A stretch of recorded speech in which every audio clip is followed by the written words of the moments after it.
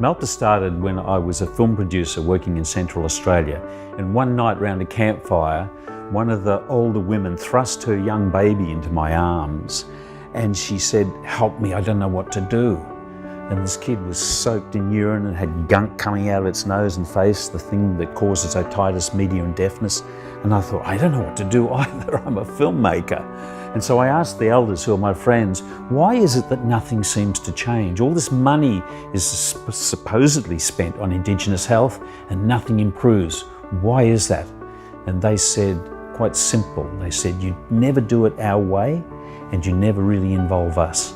And that was when they explained what our way meant. That was the traditional doctors training the children to be doctors. And it creates this whole community responsibility for health. So we started our first project in Alice Springs at the old telegraph station with 12 kids, 12 Walpri kids. And the organisation is a Walpri word, and it means a friend on the journey. And it's the word my friends there, the elders said, that's the word you've got to use, Malpa, because it means that we're doing this together as friends, travelling together.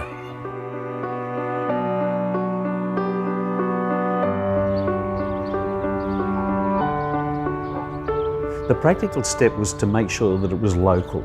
So when they select a manager and a facilitator locally, those people know everybody, but it's their project and they get great pride out of that. Malpa's run different to just a normal classroom. I mean, we have the mat, we all sit down together. Mel and I will sit down with the kids on the floor, so we're all at the same level. We have activities, we have fruit and veg, everyone gets a say. It's just run very differently, so I think everyone just feels really comfortable, and we have this beautiful space that we're in where it's just a safe space. One of the important things they told me was they said, you've got to have non-Indigenous kids in it as well. It can't be just for the Aboriginal kids. You've got to build friendships, you've got to reconcile those two and share the knowledge, build the relationships. I think for Aboriginal people, often we are going into spaces that are predominantly non-Aboriginal, and we have to blend or fit in with that situation, whereas to have non-Aboriginal people come into a space where there's predominantly Aboriginal people then leaves Aboriginal people feeling in a comfortable position. I was a part of the very first Malpa session, which was maybe 2 or 3 years ago. It's my first year doing Malpa. I've been in Malpa for about a term now.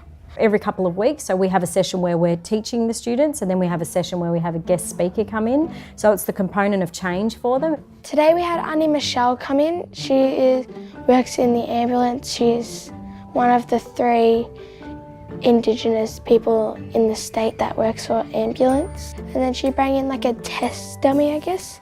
And so we practiced doing CPR with that. At the end, we have a plate full of like vegetables, dip, crackers, and fruit. And we have to try every single fruit or vegetable. I tried yellow capsicum, but I didn't like it. What's really surprised me is that it doesn't matter where the projects go, whether it's in the remote deserts of Central Australia or whether it's in an urban setting like in the middle of Melbourne or in the country, the results are the same. The kids all start going to school because they want to be there. And even kids who hate going to school, if it's their young doctor's day, they'll be dressed and ready for mum and dad to take them to school. Both me and Mel had to take one Friday off, so we had to let the students know we won't be back. But then when we came back the next week, the parent had rang the school and said, is there Malpa on today? I'm not sending my kids, but they've asked if there's Malpa on, because if there's Malpa on, they're coming. We usually have kids coming up to us every Friday. We walk across the schoolyard. Am I coming to Malpa? Is it my turn yet? Auntie, can I do it again? So many, we've had kids try and jump the fence to join our classes before. In this school in East Thornbury, you know, right in the middle of Melbourne, a very urban setting, you've got kids breaking into school to go to lessons. Now, who'd have heard of Aboriginal kids breaking into school because they want to learn?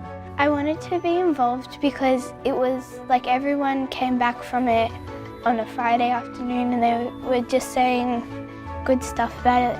I would recommend Malpa to people because you learn and you eat really healthy and you play really fun games. I would like more people to be involved in it because through Malpa I have made a lot of friends. Well, we started with 12 kids, we've now got more than 1,000. There's another 750 training this year.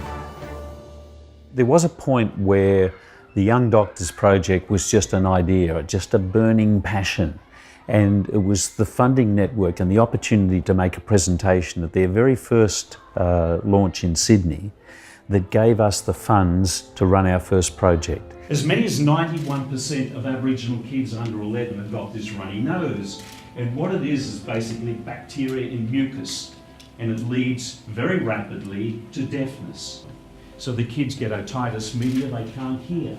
There's no point going to school. They won't get a job, they'll likely end up in prison, they'll have chronic ill health, and they'll lead a very short life. The funding network's been really good friends with Malpa ever since. Beyond the finance, which has been terribly important, they've also been great encouragers to us and listen to our story and share it with others and help make us feel like we're part of this bigger network of people who are trying to create some transformation in Australian society. One of the beautiful gifts that I've discovered through building relationships and having friendships amongst Aboriginal people across Australia is the power of story. And it reminded me that if you simply tell the story in a way that resonates with people, people will make that choice to respond. You don't need a hard sell, you just need to bring them into the story, and if it means something to them, then they'll come and walk with you.